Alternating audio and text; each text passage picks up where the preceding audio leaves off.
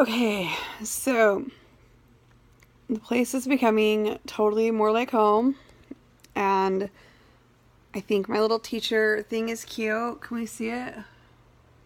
Yeah. Um,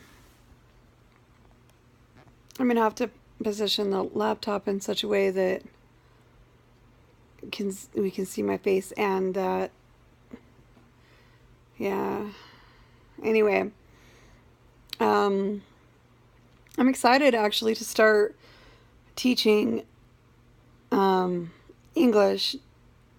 Most of these like work from home things are total scams, but this one's actually real. And you set your own schedule. I told him that I can't actually work 4 hours a day because I literally can't stay sitting up longer than that, longer than 2 hours without being in a lot of pain. I'm still in so much pain just from driving 2 hours yesterday to get the couch. So they said there was no minimum. And each class is 25 minutes long.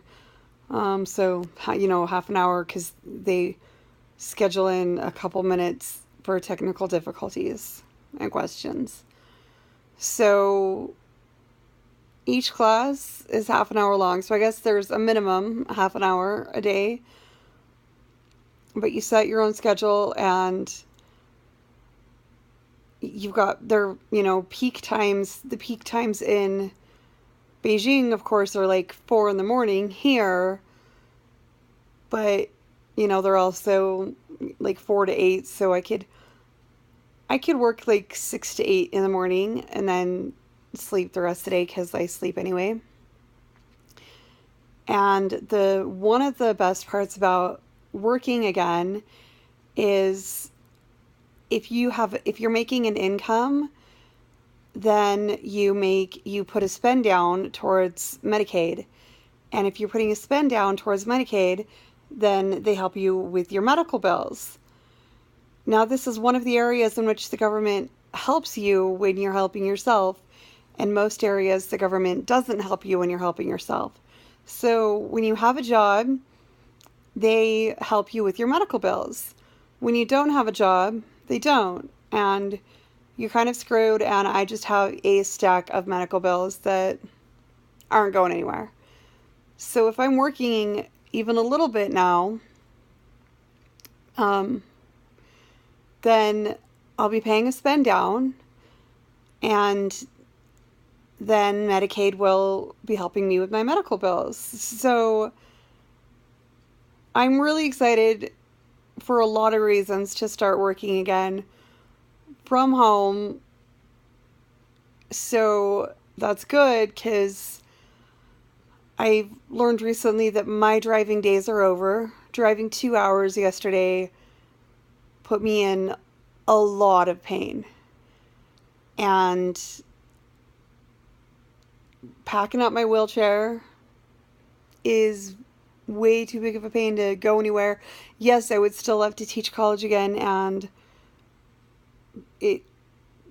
I would pack up my wheelchair for that. Or, no, that's not true because I'm selling my POS car. I would take a lift. So yeah, I can get around with Lyft. I'm getting a new wheelchair, and it's not a Jazzy, but it's going to have automatic wheels in front because I can't make it up an incline by myself unless I get out and push the wheelchair like a walker.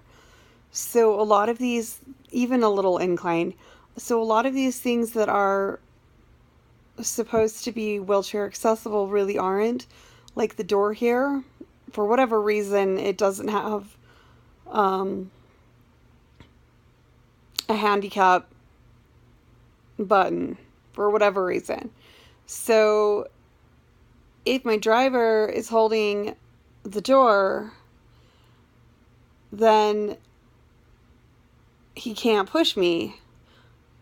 Well, he could, but lately he's been on his phone, so he holds the door with his foot and tries to push me with his hand, with his free hand, And I get that he's on his phone, like that's part of his job too. So it'll be good to get the better wheelchair. And then, also Shane speaks Chinese, so he's going to teach me a few phrases like, way to go, good job, that's awesome.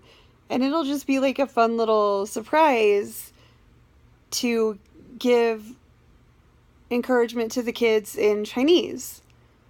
I don't want to learn any more than that. I don't think my brain could handle it, but I could do that much. So I'm really excited to start teaching again, and my place is coming together, and it feels like home now that I've got my books up. And you guys who are watching me, who know me and live close by, you should visit. Unless you're the director, then don't visit. I mean, the old director, then don't visit.